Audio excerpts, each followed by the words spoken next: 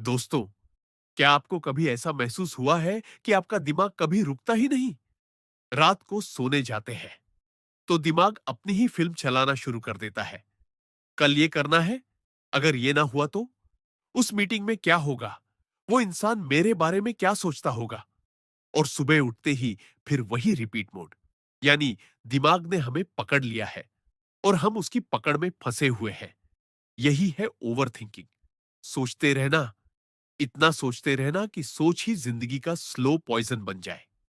कहते हैं ना, ज्यादा नमक खाने से खाना खराब हो जाता है। सोच भी बिल्कुल वैसी ही है। सोचना जरूरी है, लेकिन ज्यादा सोचना जहर बन जाता है। आज मैं आपको एक ऐसी जर्नी पर ले चलूंगा जहां आप समझेंगे कि ओवर थिंकिंग कैसे आपकी जिंदगी को अंदर से धीरे धीरे खत्म कर रहा है और कैसे आप इससे बाहर निकल सकते हैं। मान लीजिए, एक लड़का है, अर्जुन। रात को पढ़ाई करने बैठा। किताब सामने खुली है, पेन हाथ में है, लेकिन दिमाग वो तो कहीं और घूम रहा है। अगर एग्जाम में फेल हो गया तो? मम्मी पापा क्या कहेंगे? दोस्त क्या सोचेंगे? भविष्य खराब हो गया तो? अरे नौकरी भी नहीं मिली तो? और नतीजा? 3 घंटे किताब खुली रही, लेकिन एक पन्ना भी पढ़ा नहीं। क्या कभी आपके साथ भी ऐसा हुआ है? यही है ओवर थिंकिंग।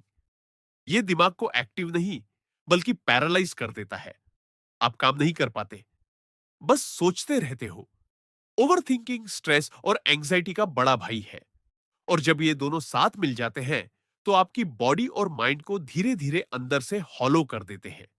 आपकी नींद खराब हो जाती है, डिसीजन लेने की पावर खत्म हो जाती है, कॉन्फिडेंस गिर जाता है, और सबसे खतरनाक, आप प्रेजेंट मोमेंट जीना भूल जाते हो।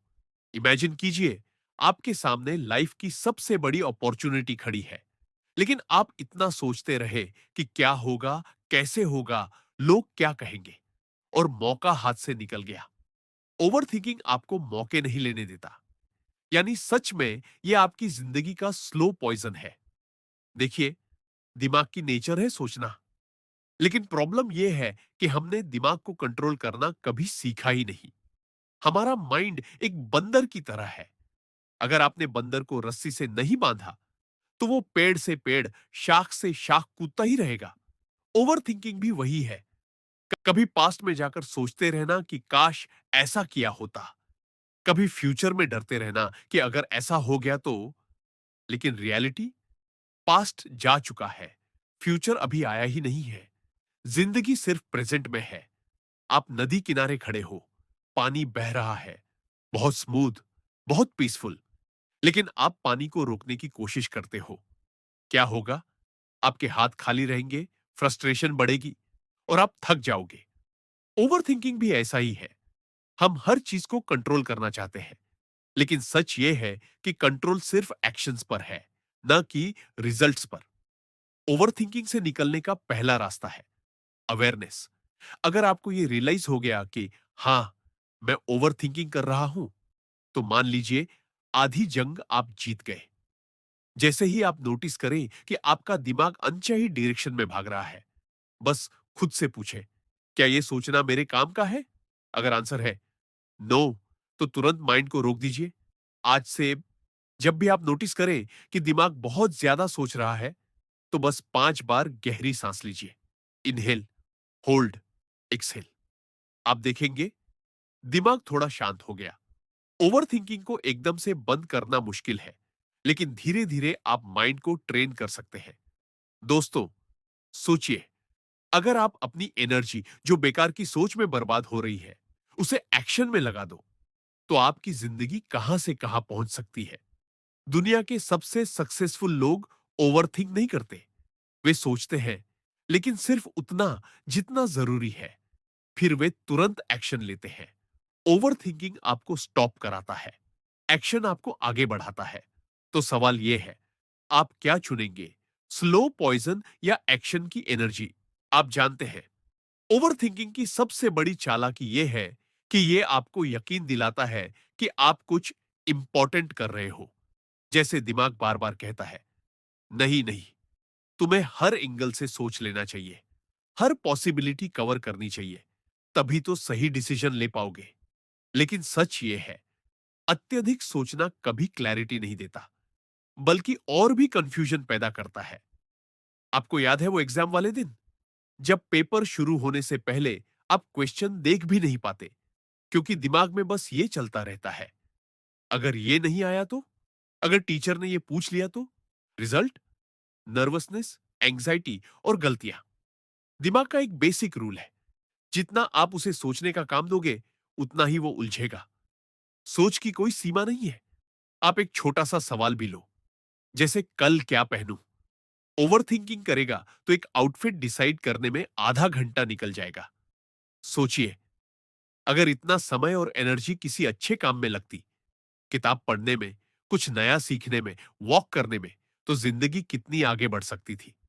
ओवर थिंकिंग की एक और खतरनाक आदत है, यह हमेशा वर्स्ट केस सिनेरियो दिखाता है। जैसे अगर आपको इंटरव्यू के लिए बुलाया गया है, तो नॉर्मल सोचने वाला इंसान बोलेगा, अच्छा है, मौका मिला है, तैयारी करता हूं। लेकिन ओवर थिंकर, उसका दिमाग तुरंत नेगेटिव फिल्म चलाएगा। अगर फेल हो गया तो, अगर मेरी इंग्लिश खराब लग गई तो। रिजल्ट, वो डर के कारण कोशिश ही नहीं करता और मौका हाथ से निकल जाता है। आप जानते हो ये इतना डेंजरस क्यों है? क्योंकि ओवर थिंकिंग एक्शन को मार देता है और जिंदगी एक्शन से बदलती है, सोच से नहीं। आप सोचते सोचते परफेक्ट टाइम का इंतजार करते हो, परफेक्ट प्लान का इंतजार करते हो। लेकिन सच तो यह है कि परफेक्ट कुछ होता ही नहीं। एक्शन लेने से ही क्लैरिटी आती है, एक्शन लेने से ही कॉन्फिडेंस आता है, एक्शन लेने से ही रास्ता बनता है। एक बार एक छोटा बच्चा स्विमिंग सीखना चाहता था। वो बार बार पूल के किनारे खड़ा रहता, सोचता, अगर मैं कूदा और डूब गया तो, अगर सब लोग हंसे तो, अगर मुझे सांस नहीं आई तो। वो रोज सोचता और रोज डरता। फिर एक दिन उसके दोस्त ने उसे धक्का दे दिया। वो पानी में गिरा और तैरने लगा। और तभी उसे समझ आया, डर सोच में था, असली जिंदगी में नहीं। ओवर थिंकिंग ऐसा ही है। आप अपने माइंड में डर की दीवारें खड़ी करते हो, लेकिन जब एक्शन लेते हो तो पाते हो कि वो दीवारें असली थी ही नहीं। अब सवाल यह है, हम ओवर थिंकिंग को कैसे रोकें? क्योंकि सिर्फ बोल देने से कि मत सोचो, कोई फायदा नहीं।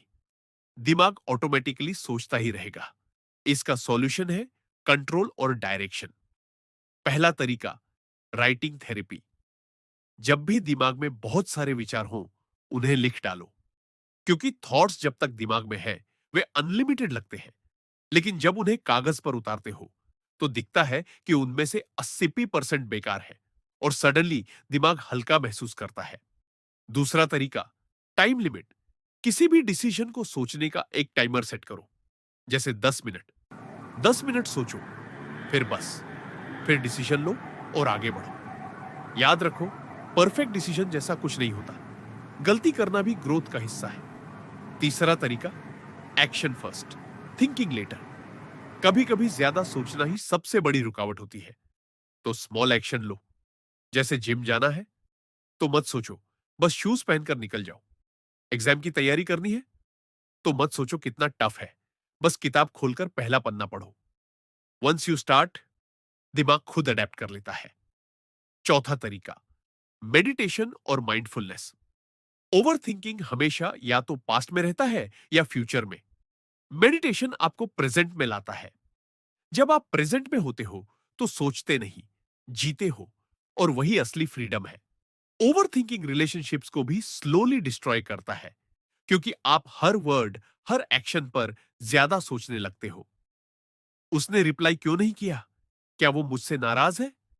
क्या उसे कोई और पसंद आ गया? रिजल्ट, जहां ट्रस्ट होना चाहिए, वहां डाउट्स पैदा हो जाते हैं और रिलेशनशिप धीरे धीरे टूट जाता है। ओवर थिंकिंग करियर को भी रूइन करता है, क्योंकि आप रिस्क लेने से डरते हो, नए अपॉर्चुनिटी को हाथ में लेने से डरते हो, और फिर सालों बाद रियलाइज करते हो कि आपने हाफ लाइफ जी। याद रखो, ओवर थिंकिंग मतलब माइंड का पॉइजन, एक्शन मतलब माइंड की मेडिसिन। इमेजिन करो, अगर आप हर उस पल को एक्शन में बदल दो जो अभी सिर्फ सोच में जा रहा है, तो आप अगले 6 महीने में अपनी जिंदगी पूरी तरह बदल सकते हो। अब मैं आपसे सवाल पूछना चाहता हूं, क्या आप रेडी हो अपनी जिंदगी का ये जहर निकालने के लिए? क्या आप रेडी हो माइंड को मास्टर करने के लिए, ना कि माइंड आपको कंट्रोल करे? अगर ये बातें आपको छू गई हों, तो इस वीडियो को अभी शेयर कीजिए, क्योंकि शायद कोई आपका दोस्त या भाई बहन भी इसी ओवरथिंकिंग की आग में जल रहा हो। और कमेंट में बताइए, आप अपनी लाइफ में सबसे ज्यादा किस चीज पर ओवरथिंक करते हो? और हां, चैनल को सब्सक्राइब करना मत भूलिए, क्योंकि अगली बार हम फिर मिलेंगे एक और ऐसी कहानी के साथ।